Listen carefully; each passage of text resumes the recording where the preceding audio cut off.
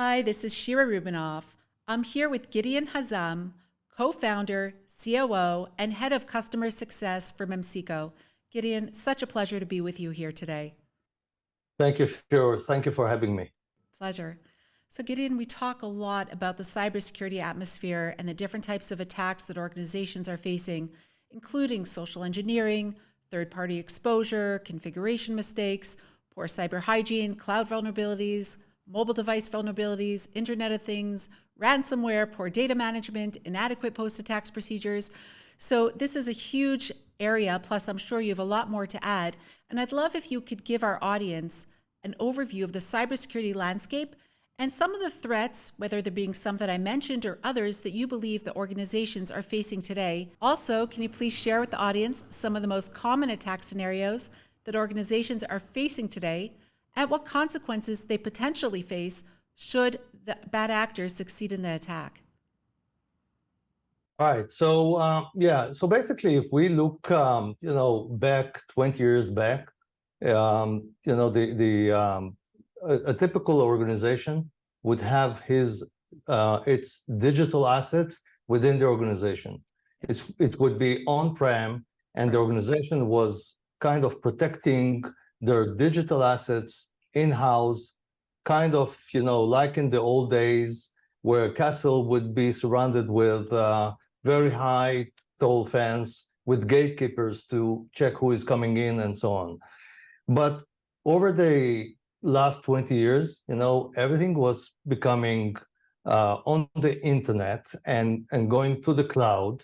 And now when you look at a typical organization, you wouldn't see any computer center or computer room within the organization, because everything is now become virtual, everything become remote.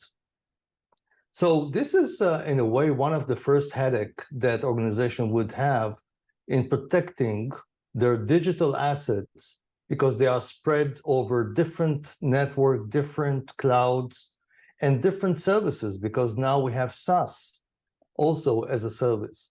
So everything is in the cloud, and now there is the need to protect this communication, to protect the employees when they accessing this digital assets. But on top of that, now we have another problem. We need to protect external users. So when we take, as an example, a typical bank that, in old days, he would have customers visiting the branch.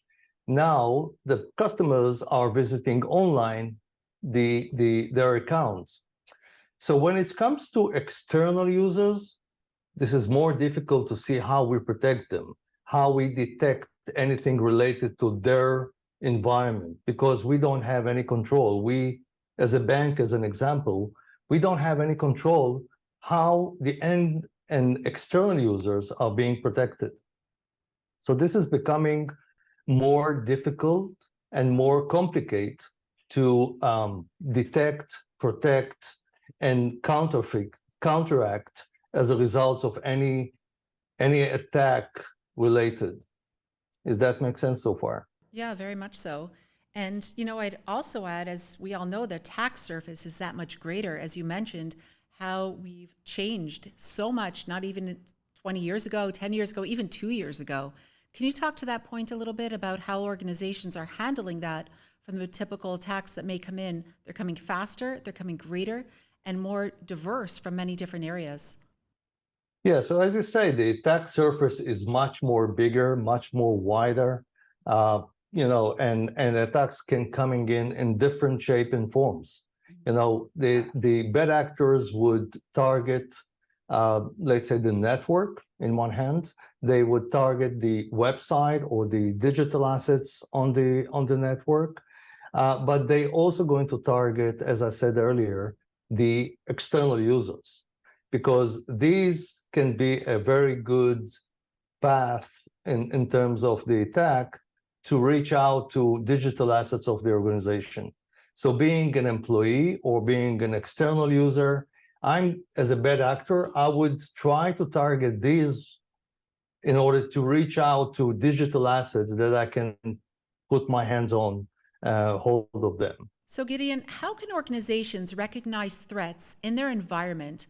And obviously, there's so many coming from many different perspectives and many different areas. And what can they do to mitigate them? And that is something that all organizations are dealing with today. And I know you have a unique perspective on that and something that you could really share with our audience that they would really appreciate.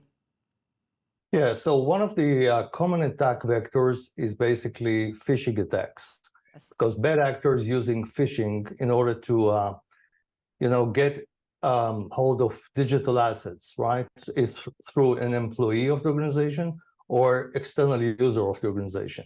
Now, phishing attack becoming more common. We're talking about that every 10 seconds, there is a new phishing campaign coming alive today globally, whereas about 50% of these attacks are for account takeover. Bad actors are looking to get hold of account credentials or user credentials because they can market, they can deal with this, or they can exploit this.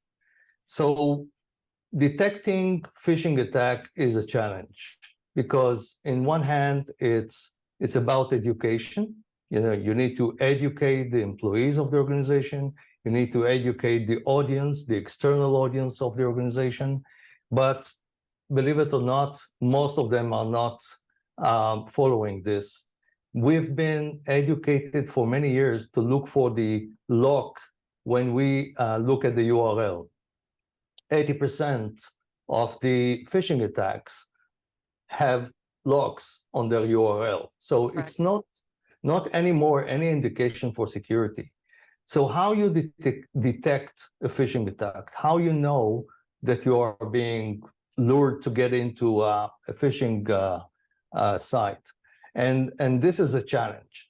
And obviously one of the solution is education. Any kind of threat intelligence solutions that are looking and scanning and crawling the internet, looking for anything like your brand and try to take them down. This is one path, which is very common one. The other approach is to try and detect this phishing attack in real time in different technologies.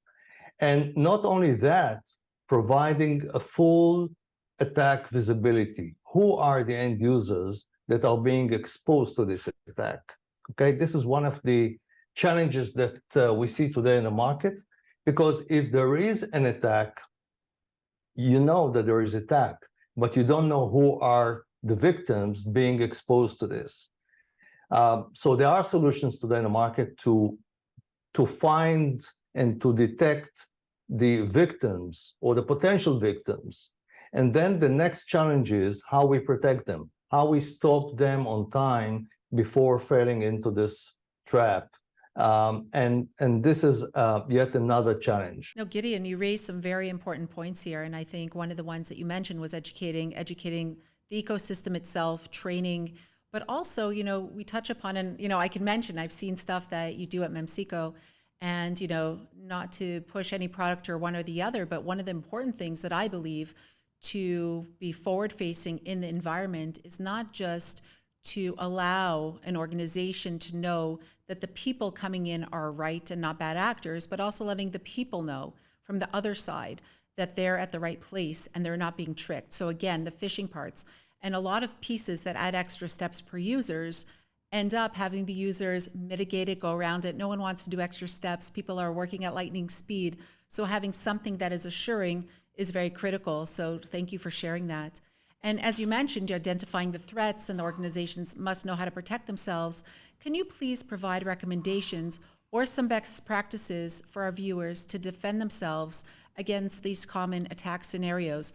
So besides specific phishing, if you have some specific ideas that you think organizations should look at, or other attacks that you believe are very prominent in our cybersecurity atmosphere right now. Yeah, so we kind of adopted the framework of detect, protect, and counteract.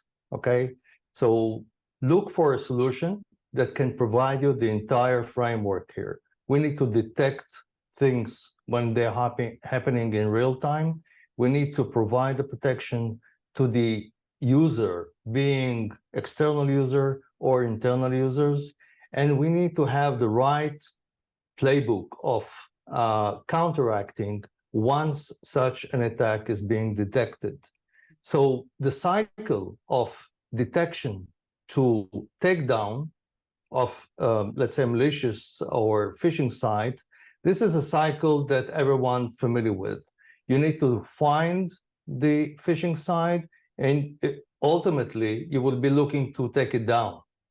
The problem is, within this window of exposure, the time between detection and takedown can take hours, can take days, sometimes can take weeks, and sometimes even cannot be taken down at all, right?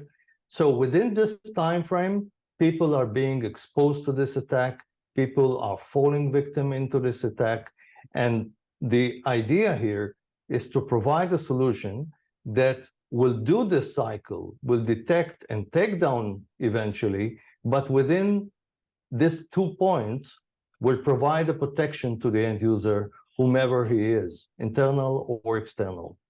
That's excellent, and that's very well said. They talk about being proactive and reactive, and I think you explain that in a very eloquent way that really makes sense to our audience.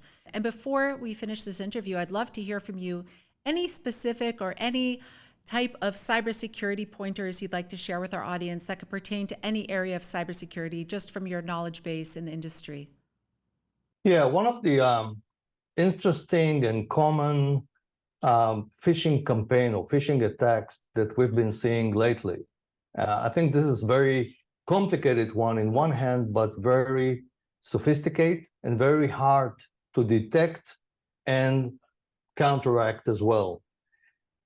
There are sites that the bad actor find a vulnerability that allows them to plant a phishing page which is not related to that brand. It can be a government website, as an example, okay?